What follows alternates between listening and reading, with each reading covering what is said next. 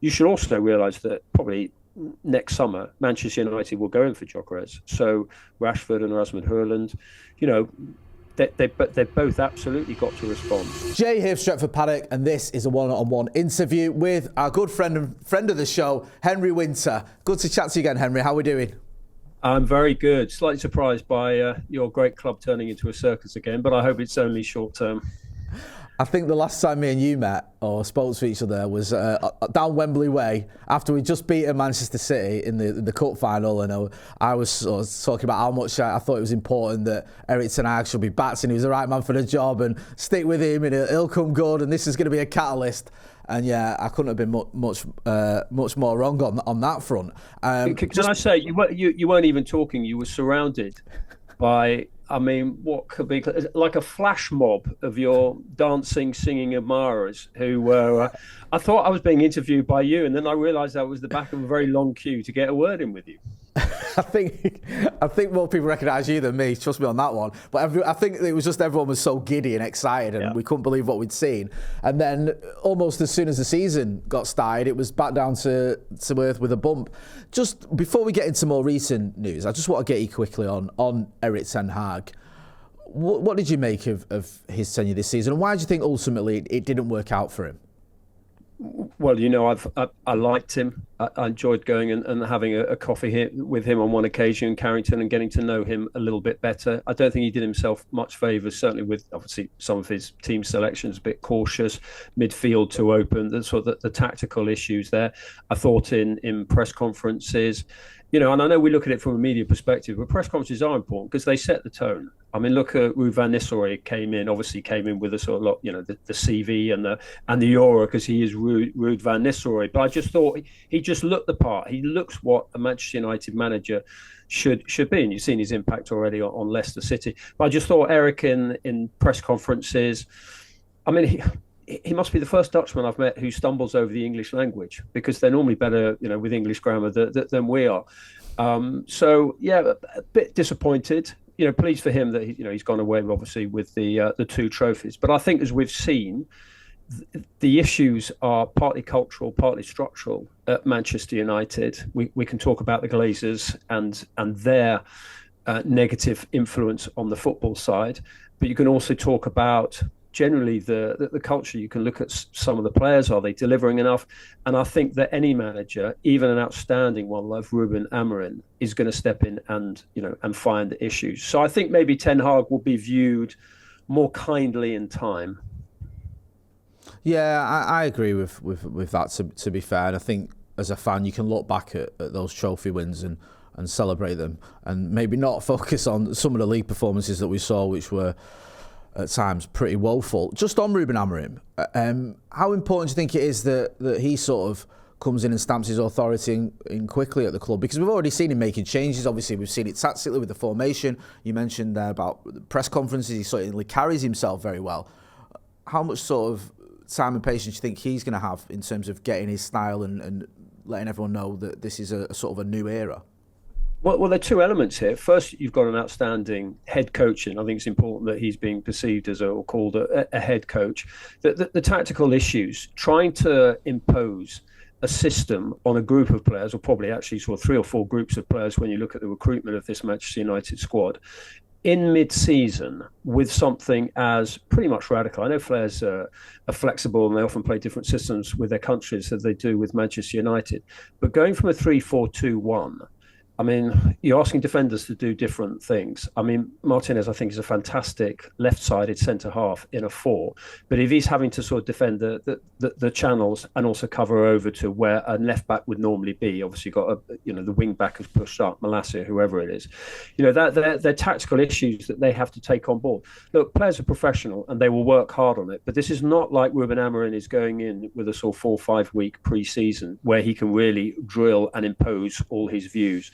I know Antonio Conte, when he was at Chelsea, changed their system mid-season and it worked. But, you know, you're asking players to do different things, whether it's Bruno Fernandes dropping deeper, whether it's, you know, the 2-10s system, which actually might suit 1 or 2 players like Mason Mount. Obviously not playing 2 up players in. I mean, the way Amorim likes to play, without getting too bogged down in tactics, he likes a classic number 10, but he also occasionally likes a winger playing as a number 10, sort of tucked inside. So, all those are new things for some of these players, and it will absolutely take time. But look, the broader issue is that you've got an outstanding coach there. I like the way he presents himself. I like everything you hear about him in Portugal. All the Portuguese journalists were saying we're amazed he stayed so long. You saw his impact on Sporting. But running alongside that, which is something that Ten Hag and something like Ralph Rangnick talked about, is the importance of having a proper footballing structure. And just when we thought proper footballing structure, grown-up structure was in place with some good appointments, Sunday morning and The Athletic, just as I was about to go on air, got a message from the producer who's waving up his phone and saying, oh, by the way, Laurie Whitwell and his friends, I'm sure you've had them on, have just broken the story that Dan Ashworth is leaving. So, yeah, classic Manchester United, and a reminder that you're the biggest draw in football, and you can cancel a Christmas party and it's front page news. That is actually true. I'll ask you about that, the Dan Ashworth news then, because it caught all of us by surprise. I wasn't expecting it. Similar to yourself, Sunday morning, my phone started sort of going berserk, and I was like, what's going on? And at first I thought it can't be true, surely, and then you see who's reporting it, reliable journalists, and you think, okay, it's obviously true. What did you make of it? Because this is a guy that United had spent months chasing after, had paid compensation, he'd been on gardening leave, he only came in the beginning of July, and then December he's gone. What did you make of that? He's highly respected in the game. What his strengths are is building a structure, building a culture. I mean, the recruitment, I mean, his recruitment is fine, but maybe there were sort of issues there. But in terms of someone who you want to come in and just sort of, he's kind of like the sort of, the architect, and then you get the sort of, the specialists in to do the more intricate work. So he was good at that. I mean, I spent a bit of time with him when he was at the Football Association, obviously interviewing him, and he helped me with a book. And I found him a fascinating, hard-working individual, not much of an ego. And I just thought, and he brought in the England DNA. And I know everyone at Manchester United is rightly just obsessed about Manchester United, but what he did in terms of the pathway and the philosophy of the Football Association, he imposed that with the England DNA. So I would have thought with those skills, which is exactly something that Manchester United needed. We all know what Manchester United's identity is or should be, Ferguson, Busby. And you just thought, well, actually, you've got someone who can come in and put that and restore that. And Dan Ashworth would have been the perfect person to do that. But I suppose if you look around, and this is pure hindsight, the whole too many cooks argument does kind of make sense, because Barada was in there already. Wilcox, who's highly regarded in the game. I saw one of his coaching sessions once, and it was really spot on. Obviously, I covered his Blackburn title-winning career. There's an individual of great sort of substance there. Favell, who's we're talking about gardening leave. We should be talking about football pitches, but Favell had obviously been put on gardening leave for quite a long time by Chelsea, and I know it was only temporary. But I thought, well, that's a good, because of his experience in overseas scouting, Haaland going into RB and all that. So I actually thought, well, God, they're employing good people, and it's like the Fab Four. You could get them all working together, and then Brailsford bringing in his understanding of sporting excellence, marginal games from other sports, and they could sort of tap into that. So I actually thought there was a good structure in place, and that's one of the reasons I was very positive about Amorim coming in. And then Ashworth going. I mean, the one positive you can say is that if Sir Jim Ratcliffe looks at a situation and he thinks this is not working, he acts quickly. I mean, you don't become a multi-billionaire by sort of sitting on your thumbs. So, he is ruthless. He has acted decisively. I feel sorry for Ashworth because he hasn't really had a chance to sort of imprint. And if there were issues over the appointment of the new coach, recruitment, issues like that, and it was interesting that it was Barada who went out to Lisbon to do the Amorim deal. And I was never, I mean, I don't know whether Ashworth was seriously being linked with a move for Gareth Southgate. But Gareth Southgate is not the type of manager that Manchester United should have been going with. And that's kind of sort of predates the sort of criticism I have had of him with England. I just don't think he's an elite club manager. And I'm sure a lot of Manchester United fans, the ones that I talk to, and you probably echo that, would not have wanted someone who failed at Middlesbrough coming into your great club. So maybe there were sort of tensions there. But I think, as a lot of people have been saying, the too many cooks element. And Ratcliffe has acted decisively. Yeah, I agree with that. Again, I was sort of shocked and worried when I heard the rumours that maybe Gareth Southgate was being looked at. I don't know how serious those rumours were, but it's certainly not someone I completely agree with what you said. I don't think he should be anywhere near the Manchester United job. Just on the too many cooks argument then, do you think that maybe there is a possibility, we don't know exactly what is going to happen now that that Dan Ashworth's role is sort of, his duties are spread out with the people that are already there, or do you expect Manchester United to be looking to bring someone in? There's sort of maybe we could be looking at is it Campos who's at PSG, but there's nothing concrete yet. It seems like no one's quite sure what the next move will be. But if you bring someone else in, isn't there going to be the sort of, the same issue with Ashworth, who anyone who's met him knows he's a good person to get along with. So maybe it was a sort of structural flaw, and the too many cooks argument is actually correct. So I think it'd be interesting to see if Manchester United don't replace him, and they actually rely on, they've got good people in there. Barada's good at his job on the financial side. Maybe he wants to oversee sort of recruitment a little bit more, but Wilcox certainly can do that. Favel, I can never pronounce his name properly. He obviously has got a good track record. I think he got Seshko in as well. So, he's got a sort of, it was interesting, that interview on that Ratcliffe did with Andy at United We Stand, when he was talking about the sort of, the data and analytics side. So, I mean, Ravel has actually got that. He started out, 10 years ago and, on the data and analysis side. And I know clubs are obsessed with that. I still think you need that trained football eye that someone like Wilcox would have, of being able to sort of see a player, read a player, and obviously all the due diligence that clubs need to do around that. So maybe they've got the qualities already in house to do it. But I mean, it'll be interesting. I mean, you just need a period of quiet and calm and focusing on this transfer window and working with Ruben Amorim. I know he's a head coach, but he really has to have such a major influence on the type of players that he wants to fit into this system. Whether it's a ball playing centre half, whether it's you're going to address the number 10s. I think Manuel Ugarte, I mean, you see a lot more of United than I do. I do like him as a player, and you do need that sort of dog of war. And I think his distribution is better than people think. I like Kobbie Mainoo. He might have had a sort of dip, whether that's tied in with the summer, but you've got a fantastic player there. Obviously, issues further forward. Garnacho has slipped, and this is in a way what we should be talking to. I mean, the truth is always out there on the pitch, and if the players aren't performing, you either replace them or you get someone like Amorim in, who, because of his coaching and man management skills, will improve them, and I'm sure he will. And also, you've got players coming back from injury like Lenny Yoro, but again, he's got to instill these tactics in and get these players working. But a period of calm would be nice, but your great club, period of calm is a long way away. Certainly is. It always seems a long way away, to be honest with you, Henry. One player we've not spoken about, and I know it's a player that and you've spoken to quite a lot in the past, is Marcus Rashford. There were some reports coming out, I think, of Germany this morning that maybe United would be open to selling Marcus Rashford. How do you think he can work under Ruben Amorim? We've not really seen much of it yet. We saw, obviously, the Everton game where he got a couple of goals. He scored against Ipswich. But, this is still, obviously, very early days. Do you think he's a player that could do well under Ruben Amorim? Or do you think that Marcus Rashford is struggling a little bit? What's your take on it? I think Marcus Rashford was struggling because partly I think his own work rate probably wasn't good enough in terms of tracking back. I'm sure there was a frustration on his part about some of the delivery to him. I think when you get the ball quickly to Marcus Rashford, and whether it's the sort of the instinctive running behind a defender, playing off the shoulder of a centre half, I just think sometimes that delivery wasn't coming in for him.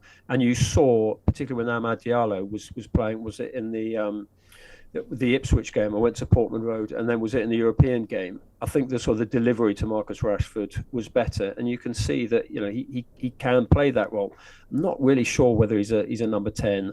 I think you either play him wide in a 4-3-3 or you play him up top. I know he prefers to play off the left coming in, but I like him also through the middle because I think that pace terrorises defences.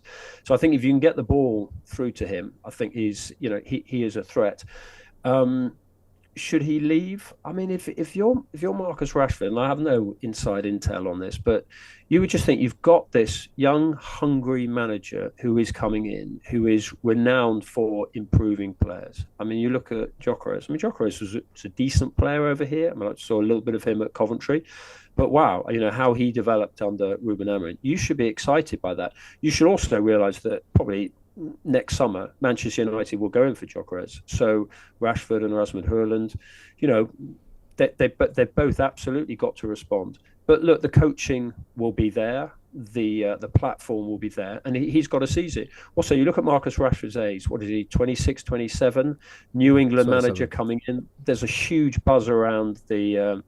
I know England's not Manchester United's concern, but if you talk to players, England's always focused, particularly with this England squad. You look at the quality of the players in there, Cole Palmer, Jude Bellingham, you know those ones. You've got some on your own doorstep who are, and at your own club who are good. So, and a lot of players want to be involved in that, and they can see a serious coach like Thomas Tuchel, a finisher, a winner, actually getting England over the line in America, and people don't want to miss that party. So I think if you're Mason Mount and if you're Marcus Rashford, you obviously want to be doing well for yourself and for your club, but also there is that bait being dangled, but probably more for Mason Mount in terms of his relationship with Tuchel, the assist in the Champions League final for Chelsea. But they have to see that as a target going into the new year, and they have to respond to Ruben Amorim.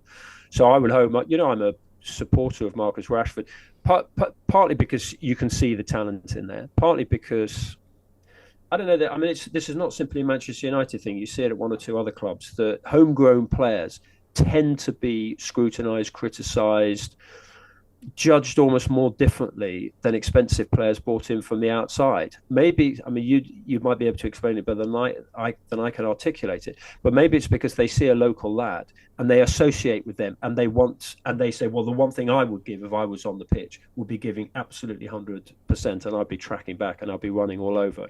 And when they don't see that with a homegrown player, they can get criticised. So I've got a little bit of sympathy with the fact that homegrown players are sometimes judged a little bit more critically and closely than other players. But he has to seize it. I mean, it's the old, players write the headlines, and he can totally turn the narrative. But one area I did feel sympathy with Marcus Rashford is that he needs to be given a run of games. I mean, I understand he's up against Højlund for that individual sort of central striking slot. But, when he scored 2, play him again. But, maybe Ruben Amorim is sort of rotating to have a look at all of them, maybe to keep them fresh, maybe the injuries situation. But, yeah, I wouldn't write off Marcus Rashford that soon. Yeah, I get where you're coming from. And I think with a homegrown player, it's an odd one because at first I think there is a lot of love and everyone supports him. He's a homegrown player, he's come through the academy. But we're talking about a 27-year-old now. And I think part of the problem with Marcus Rashford isn't just the performances at times haven't been what we can expect or what we should expect. It's the body language. He looks like he's just, I don't know, he's got the weight of the world on his shoulders. He doesn't look happy. And I know you don't have to come in to, be sort of all smiling and happy on the pitch if you're putting in the performances. But I don't know, something doesn't look right. It hasn't looked right for a little while with Marcus Rashford. You mentioned Mason Mount there. I still feel like I'm waiting to see Mason Mount. I still feel like I don't know what kind of a player Mason Mount is. I know what you mentioned there, what we saw at Chelsea, but do you have much optimism of him turning it around at Manchester United? Because I know he's had injuries, but at the moment he's not got going. He's had injuries, but his work ethic and playing in that position, he's got the pressing mentality, and you need good pressers in there because Bruno is a slightly half-hearted presser. I know Bruno brings other things to the occasion and to the equation, but I hope he Mount does it. But just quickly on Rashford, I mean he has to seize this opportunity. He has to. He is a slightly. I'm sure you've met him. I mean, he is. He's not a Jack Grealish. He is a slightly introverted, shy character. I mean, I'm sort of slightly generalising there, and he's one of those classic players who does need the total support of a manager. And you'd say, look, he's getting paid so much money, he's doing something that the rest of us would do for nothing, because we absolutely love it. But he still needs a boss, a leader. We all do. Someone to say, you are good, I believe in you, go out and deliver. And I think Amorim is probably that character. Got very good English. He's got man management skills. You talk to the Portuguese journalists and they say that he developed players tactically, but also sort of emotionally and temperamentally, and in terms of their mindset of delivering.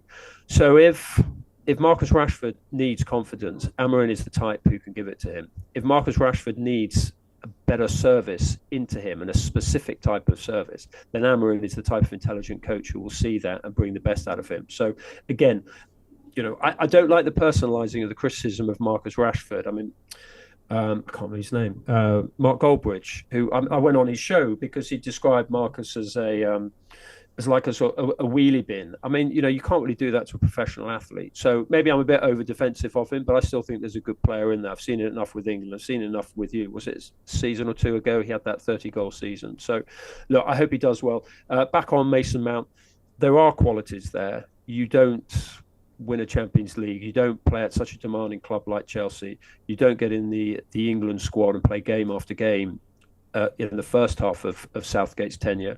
So look, give him a chance. If he's free of injuries and that confidence returns, because you need someone with that work ethic in those two number 10 positions. Yeah, definitely. Like, there's a player there. You can see there's a player. It's just, I just hope it does happen for him at Manchester United. Because there's a lot to like about Mason Mount, and I do feel a bit sorry for him because, it's like injury after injury after injury. And now, obviously, you've got a new manager coming in. I just hope he can get a run of games and show us the player that you've spoken about there. I just want to ask you a little bit about Sir Jim Ratcliffe, because you mentioned that a bit earlier on about him. He is this. We know he's this ruthless businessman. We know that obviously, he's sort of built a huge fortune by making tough decisions. But some of those decisions have upset a lot of fans, as you can appreciate. You speak to a lot of Manchester United fans. The ticket price element, the £66 for certain tickets. I know it's only 3% of the tickets, whatever, but it's still £66 for a ticket, including if you wanted to take your kids to Old Trafford. Do you think Jim Ratcliffe's in danger of sort of misreading the mood at Manchester United, or upsetting too many fans? Because at the minute, there's not a lot of love for Jim Ratcliffe from the fans I'm speaking to. No, and I mean it surprised me, because you think, well, he's a Manchester United fan, so presumably he listens to your show, he reads the fanzines, he reads the MEN, he reads all the sort of the comments about Manchester United, not simply as a co-owner, but someone who's a fan of Manchester United. He wants to know, he wants to read interviews with the players, and you think he should be sort of passionate about that. What is clear is that he is, although he's a Manchester United fan and a football fan, he is from a different world. He has been working in business where I can't imagine there are many Ineos podcasts or fanzines or scrutiny that he will get at Manchester United. And I don't think you can get away with making comments like Manchester United is a good deal. Was it when he said it's a better deal than Fulham? I can't remember the exact word. I think it was something along the lines of, Manchester United fans, I'm paraphrasing, shouldn't, a ticket for Fulham shouldn't cost less than a ticket for Manchester United, or something like that. Something about the fact that Manchester United fans should be paying the same price, if not more, than Fulham fans are paying, or whatever, which is slightly ridiculous, because everyone knows that Fulham's an affluent area in London. The wages in London are higher. It just that for me didn't make any sense whatsoever. Well, particularly at a time when Fulham fans are actually protesting against the ticket prices. I mean, their trust, the Fulham supporters' trust, are sort of are at loggerheads with members of the board on this. And Fulham fans on the whole tend not to be that militant, but they are rightly campaigning against this. But just coming back to the 66. I mean, obviously, you'd say 66 is a good number because it was the year Erik Cantona was born. I would say it was a good number because it was the year England won the World Cup. But 66 is quite a sort of, it's a substantial sum for a kid. And I know he pointed out in United We Stand it was only 3%. If we tolerate this, to quote, the great bards of music, will season tickets be next? That is the issue. And what I don't understand is that if it genuinely is 1.5 million that they're generating from this, I mean, with respect, look at the players' wages. Look at Anthony. Look at others. I'm sure you would say, look at Marcus Rashford's wages. I'm sure people will sort of highlight that. Look at the fees that are going to agents. Look at the sums that are being spent on compensation, which then cancel each other out because you're only getting 5 months' work out of someone. I just don't understand that. So I think he's walked into a world and he's walked into a club where the scrutiny is huge.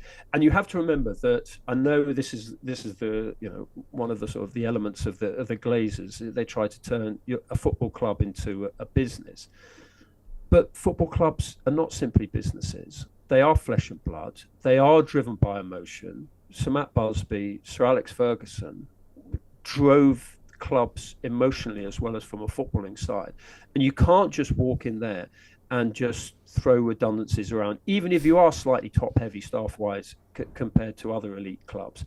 You have to do it with a certain amount of compassion, because every football club is tied up in its community. Even global clubs like Manchester United, every football club is tied up with emotion. And if I talk to sort of stewards and staff at Manchester United, it's not just a job for them. It's like this isn't just a job for you. You love the club. So there's emotion tied up in that. And Ratcliffe and Brailsford, I don't think they've sort of picked up on that, which is surprising for two such smart individuals, that if you're going to make decisions like the redundancies, like the Christmas party, you have to understand you're dealing with people here who are emotionally engaged with the club. Those people on the Manchester United staff who've lost their jobs, they've obviously lost the source of revenue, and that's brutal, particularly before Christmas. But they've also lost that emotional connection that the club that they love, who they probably work for not actually huge amounts of money, that has actually sort of turned its back on them. So psychologically, that's tough, as well as financially. You don't get that if you're a petrochemical engineer with Ineos. You don't have an emotional connection to oil coming out the ground, but you do what goes on in the ground at Manchester United. And look, they're bright people around Sir Jim Ratcliffe, and I'm sure that he must be aware of this. But football clubs aren't simply businesses. Manchester United is not just a mega store. It's about people. Yeah, most definitely. And I've spoken to people. I know people that work at Manchester United, and you're right. There is that emotional attachment. A lot of people who work there are United fans, and they love the fact they work for Manchester United. It's a big deal to them, and to see people losing their jobs in that manner, it's not great. Just to clarify as well, I found the exact quote about Fulham. He said, "I don't think it makes sense for a Manchester United ticket to cost less than a ticket to see Fulham," which a lot of people have picked up on that as just being a slightly ridiculous statement. I just want to ask you quickly about Manchester City. We can move on, talk about them, because they've been in the news a lot. There's these 115 charges, which apparently are up to 130, is the latest update. We look like there looks like there might be some sort of light at the end of the tunnel in terms of this getting resolved one way or the other. What do you make of all this, and do you have any expectations with it all? Do you think there will be punishments handed out, or do you have any clue what could happen? Well, my experience of this is that the light at the end of the tunnel will be a lawyer lighting up a large cigar and another few months' fees coming in. I mean, I think it's an absolute joke. I mean, I actually feel sorry for Manchester City fans as well as for football generally that it's taken so long. I feel sorry for clubs of other fans who may potentially be affected by the judgment that this wasn't sorted out season to season. I think it's ridiculous that we can have something that's sort of dragged on this long. And the only people who are winning out of this are the lawyers. Clubs need lawyers. I understand that, but there should be caps on these things. There should be time limits on these things. I understand it's a huge amount of charges, and maybe they should have, gone for sort of 5 or 6 of the most specific ones. Manchester City obviously sort of deny all the charges, and they're very strong in their belief that they will be vindicated. Well, fine, but then let's crack on with that. So I don't know whether that's casting a cloud over them at the moment. If anything, it might give them even more defiance. either way. So I don't know. All I think about is that, you and I fell in love with football not because of, well-paid lawyers going into tribunals in central London. It should be sorted out. And the other thing with Manchester City, a club I got a lot of time for, and look, the city, and they've done great things in the east of Manchester, but they have caused such tension and such fractious relationships within the Premier League that it's bordering on a civil war within there. I talked to one or two of the executives who go in and they just go, it's just such a negative. It's almost like City and a couple of their sort of acolyte supporters against everyone else, and it's all going to end up in court. Without being too naive, it is a team sport. And the Premier League, which is, for me, the best sporting league in the world, why they're making enough money. They should all be pulling in the same direction rather than at each other's throats at risk of, imploding. So I just don't get it. So in answer to your point, the verdict will come at some point. I think what you can guarantee is that the report, when it comes out, will be more redacted than an MOD report.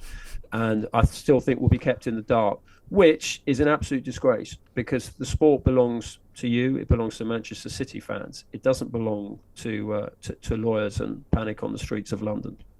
I love these musical sort of references you're making. We've had a bit of Mannix, we've had a bit of the Smiths. Very good, Henry.